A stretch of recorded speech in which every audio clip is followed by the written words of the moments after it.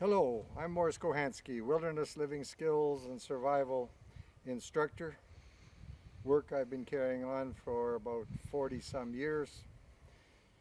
Today's topic is going to be about the menace of mosquitoes and black flies, deer flies, all those flying creatures that can drive you to madness in some circumstances and so on.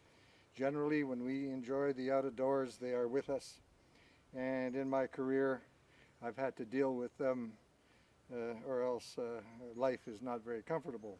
As beautiful as the outdoors can be, there's always these little creatures that will interfere with your ability to enjoy yourself in the open air, to be able to sleep at night, and so on. So you have to take measures to be able to protect yourself from them, and you have to sort of give a high priority to all of that before you head off into the bush. So for example, I always would carry a piece of parachute that was big enough that if I made a framework, that I could make this framework over the part of the bed, the sleeping bag and whatever, my arms are exposed and so on, and you want to be able to sleep without being eaten alive. Now right off the bat, commercially, you'll find that the counters will carry all kinds of mosquito repellents, of which, well, you can see that I started sorting them out of my junk, that I probably have about 5 pounds worth of bottles that are mostly full, that over the years I'd buy something and then it would disappear, and then as I began to sort all my gear, I found that there was enough to meet the needs of a small army as far as the repellents, commercial repellents. We have spray type, we have liquid types. One that is common is the spritzing type, where you can spritz yourself with this and then spread it, and you find each one of them has their own unique smell. Historically, one of the earliest repellents is oil of citronella. I don't even know if you can buy that, but I have a few bottles. They're kind of antique. It might look, and they're a very strong smell of lemons. Of lemon skins. It's a concentrated smell that you get from the skin, not from the actual part that you make the juice out of. Now if you take oil of citronella and mix it perhaps half and half with pine tar, pine tar is what you can buy in the hardware store to paint the wounds on trees, or there's a pine tar you get for dressing wooden cross-country skis. Half and half. That, I think, tends to be current in Scandinavia as an accepted repellent. Otherwise, you find that the commercial repellents will have what we call DEET, dimethyl something or other. DEET is probably recognized as one of the more powerful repellents that we have. Now in Canada, they tried to restrict the amount of DEET you would have in the States. They restrict the amount of DEET that you can have, whereas in Canada it doesn't seem to be that same restriction. So in the States you'll probably get mosquito repellents that are like 25% DEET, while the Canadian origin repellents, they're 95% DEET, which means that they are very concentrated, and on the bottle it says, "Attention, poison." I would feel that the DEET, as desperate as you are in using it to repel mosquitoes, use it only when needed and not as a common everyday preventative. I find when I work with kids that as soon as they arrive on the scene, they don't even wait for an assessment of the amount of mosquitoes. They start drenching themselves with all these sort of things, and I think in particular young tender tissues probably suffer the most, and I think you can come to harm if you overdo this. You got to use all these things with caution, just like many other things. So here I have many of the materials that were available. Probably some are antique. Some, like this here, is kind of a ointment-like base that is more persistent. The liquid bases, you got to be reapplying them quite frequently. Some of these you put them on, you might not reapply for the rest of the day, and they have their consequences. They might make you feel sticky and so on. The You're lucky if the labels are still available so that you know what the contents are. Of all of these repellents, the ones that are non-liquid, this one here, 612, is a grease, and you apply the grease, they're going to last the longest. They're also going to transport the best, in the sense that even with these little bottles corked tightly and so on, I find a persistent leakage of this stuff, so that you find that unless you keep them in plastic bags, pretty soon whatever gets leaked on is affected by this. And there are some plastics that dissolve from the modern mosquito repellents that I'm aware of, and I sort of think, well, if a plastic dissolves so readily, that's a serious solvent, and you put it on your skin.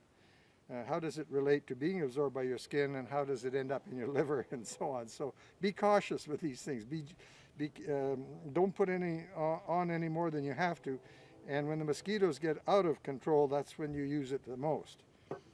Here we got the issue that the bottle is made of fluorescent orange plastic, so when it falls in the grass, it's still quite easy to find, and so on.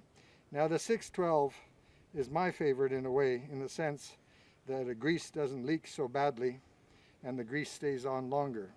So there's I favoritize that.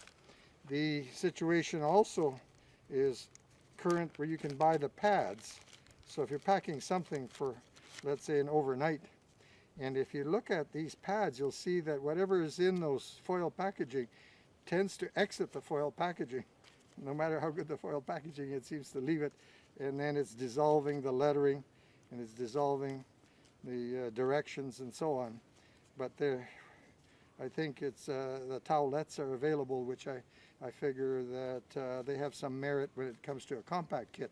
You know, when you're carrying a day kit, you might want a kit that has everything so that you're not packing matches separately and repellents. This is 612, which has been around a long time, and 612 is the old-fashioned type of chemicals, not the DEETs and so on. And this is 612, and this is 612. So and a few others will have that designation, and it's something that I'm quite familiar with. And I don't know what the 612 means, but maybe 6 hours and repels 12 different kinds of insects. I don't know. But if you're looking for repellents, perhaps you might favor the greasy ones. The circumstance as well is that when you are in a situation where you can light a fire or use smoke, I absolutely love the coils, especially to drive the mosquitoes out of the tent and not have to use repellents while you're trying to sleep. These coils are pyrethrum, which I think this is a form of grass that is probably blended with blenders and then made into cakes, and the coils are situated so that you can light them and they burn like a fuse, and you end up getting so many hours per coil. I am in favor of mastering the notion of maintaining a smoky fire, and generally in my work, whenever we deal with the mosquitoes in general and as a group, you save the repellents for the individual alone type situations. Sometimes it's a bit of a challenge to separate these coils without breaking them. So the circumstance is, if working for a group, it's save on the repellent by lighting a smudge, carrying a smudge. Well, looks like we have stuff here that is there we are. We have a complete coil. And there's little stands that come in the package that allow you to keep this up off the, they won't burn very well if they're laying on a flat surface, so you pretty well have to have a way to suspend them. And there's always a little device in there, and there's always this arrangement that the coil can light and it'll burn slowly. That amount of smoke that comes off of this coil can keep everybody sitting at this table much happier and hardly notice a mosquito. But when you run out of coils, you run out of repellents. Repellents, I like to save them for the absolute emergency. So beside the coil, which is commercial, we have a means to make smoke from natural materials. For example, here we got a fungus that if it's dry, or the punky material. Any punky wood will tend to produce a long-term smoky situation. So here we maybe show you what we mean by punky wood. So this will smoke to the extent where you might find that if you make too much of it, it bothers your eyes. So any type of rotten material of this nature, once it's ignited, it may even be damp, but it will glow and dry ahead of itself. What you're looking for in the smudges is something that burns regularly and produces a certain amount of smoke on a continuous basis with a minimum amount of attention. Now in the natural state, if you get a fungus like this and light a corner of it, then you'll find that that takes care of pretty well the same thing as the coils, maybe even better. And of course you are quite impressed that a natural material can actually sometimes outperform something that you have bought once you've learned about the natural material. This is the false tinder fungus that is found on dead birch. It only grows on dead materials. This one is, the fungus is dead. The situation is that the live fungus, you can't just pick it up off the tree because the live fungus, you go virtually squeeze juice out of it. It doesn't want to ignite. So you got to pick on something dead and recognize by the condition of how you determine it's dead. And it's likely to be dry enough to ignite. Otherwise, you put away enough of the fungus in the winter time so that in the summer when you need it, you pick up a piece of the dry stuff and you can light it. If you can light it, and sometimes it's a bit of a challenge to do that, and then you have it made. Now the fungus can get quite hot, so there's a bit of a carrier we might build to handle the fungus, give it a handle, so to speak, a handle to handle. We will see what here in the wind, we got the circumstance, we got to be in a protected place to be able to lighten this because, well, we'll try 3 matches to see if we can circumvent the action of the steady breeze. Maybe I'll use the can. And this is strike anywhere matches, so. Okay, here we have this particular fungus is also a bear repellent, in that bears, matches went out on me. Something's telling me that I'm not as good as an instructor as I think I am. But the situation is the matches in storage often lose their oomph. All right, let's see where we get to here. Just because I held the matches together too closely. Okay, now we got lots of flame, and we have to play that flame. Having a candle, you light the candle and then you use the candle to help ignite this type of material. But anyway, if you're concerned about bear repelling, we almost have there. It's lit a little bit. Now that amount of smoke will keep me well protected. So having that near me somewhere, you could almost have a little cage built, put something like that in the cage, hang it off some part of your clothing, and it's always going. The old day pipe smokers found just by simply smoking a pipe was enough to generate enough smoke around their face to keep mosquitoes at bay to a certain extent. Now there are mosquitoes and there are black flies, and then there are deer flies. I've experienced all of these at one time or another, and generally for a great deal of my career as a surveyor, we would have a pot, a gallon can is sufficient. In those days I thought we had to have ventilation in the bottom of the can, and there is a device called a comet, and it's described in northern bushcraft as a means of repelling mosquitoes and carrying fire.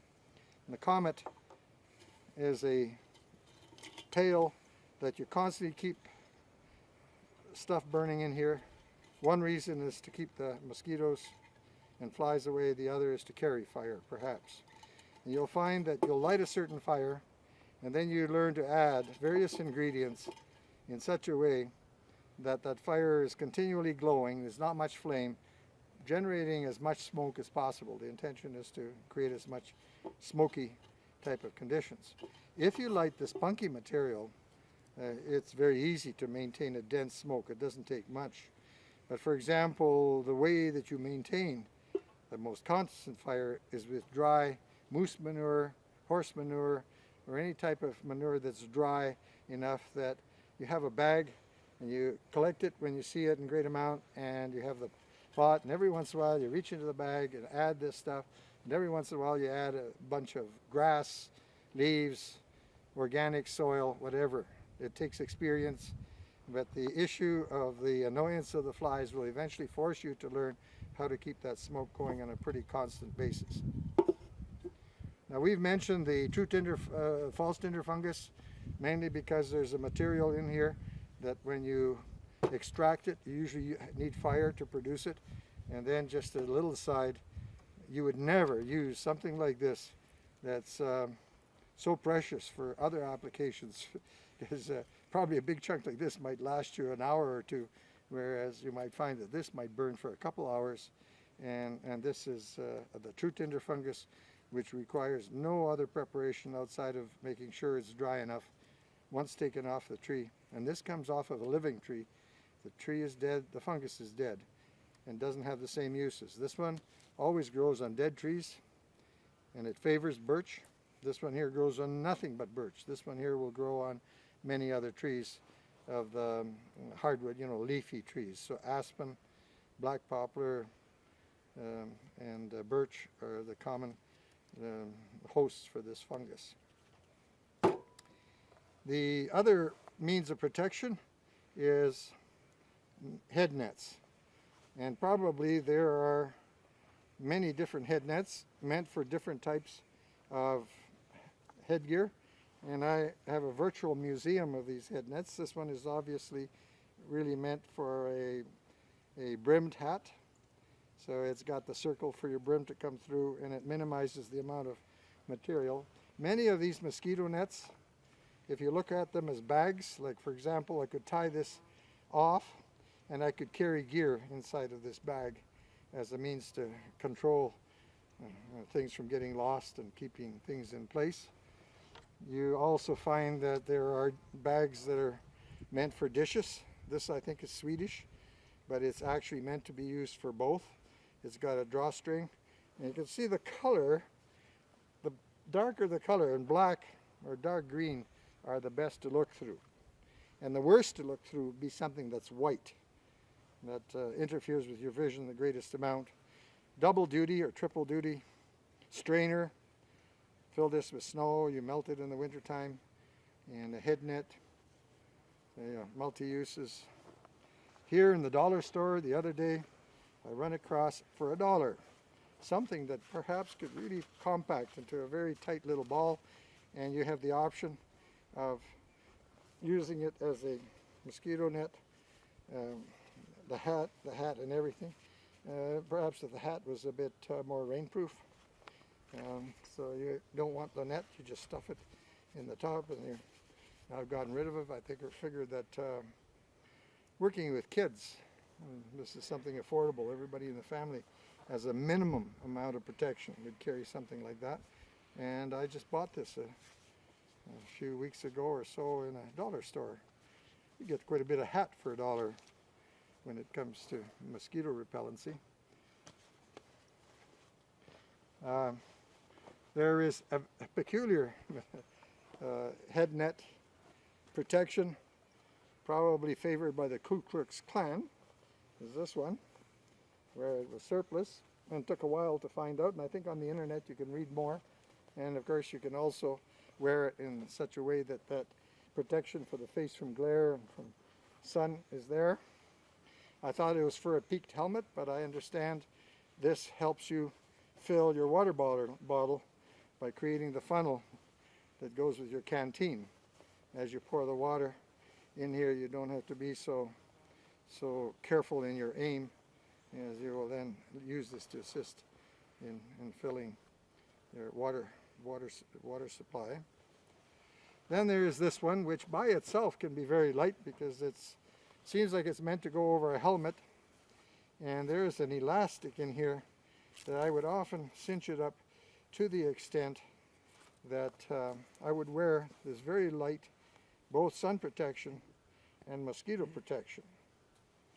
And I'm pretty sure that if I look hard enough in my museum, my collection of materials, that I'd find other type of head nets and so on that have their unique properties that a person might appreciate. You don't want something to be too heavy, but when you've got that done up, then it keeps that off your head. And I think that basically some of this arrangement, you got to set it up so it doesn't interfere with your field of view, and you can actually have a little bit of space between your head and so on by how you tighten the elastics inside that are meant to keep your helmet, to help the helmet and help this stay in place. Another device is the scarf of the many uses. We have here the original that I got from Tom Roycroft, probably in the early 60s.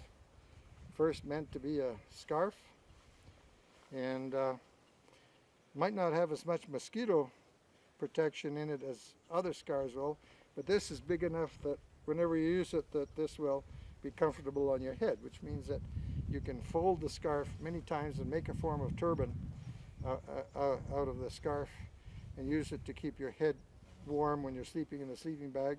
But first and foremost, it's a scarf. But it's also designed to go over the face, so that in some circumstances you can still see passably well, and especially if, in sand-blown conditions, you see passably well through the fabric. Get very claustrophobic using it that way, but you'll see that parachute fabric, you can still breathe and not be caught short, be breathless. These green parachutes were very uncommon in the early days of parachuting, so whenever Tom got a hold of some, he'd always save it for making scarves, and scarves that were used as an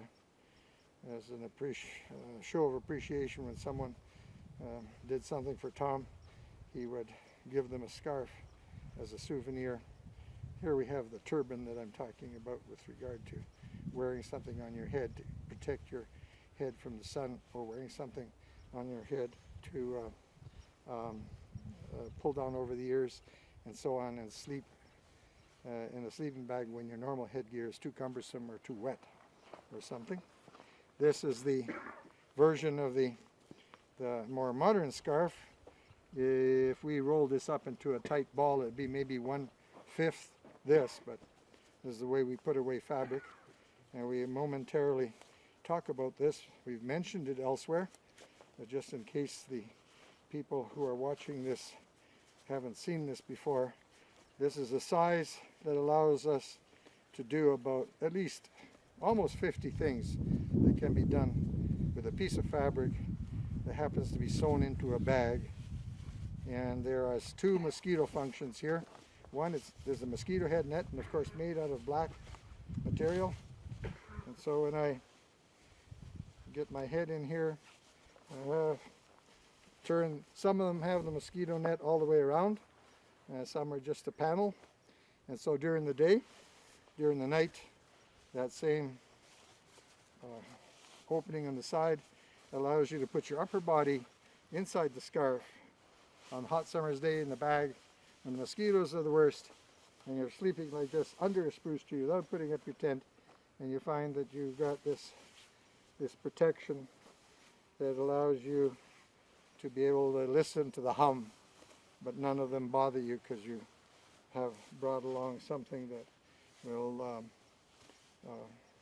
act as well as any of the head nets.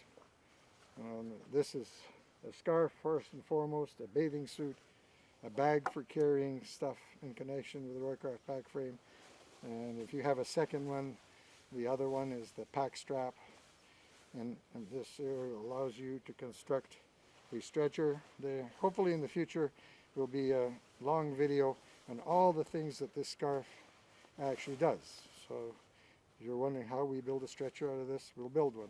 If you're wondering about other applications, they'll be shown in living color, so that the person who wants to be convinced that this is a handy piece of equipment in bush living, they will be thoroughly turned on.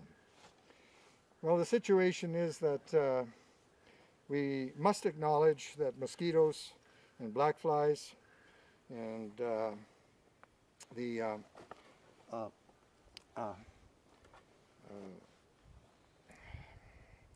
deer flies, all those sort of things are to be expected in our northern wilderness.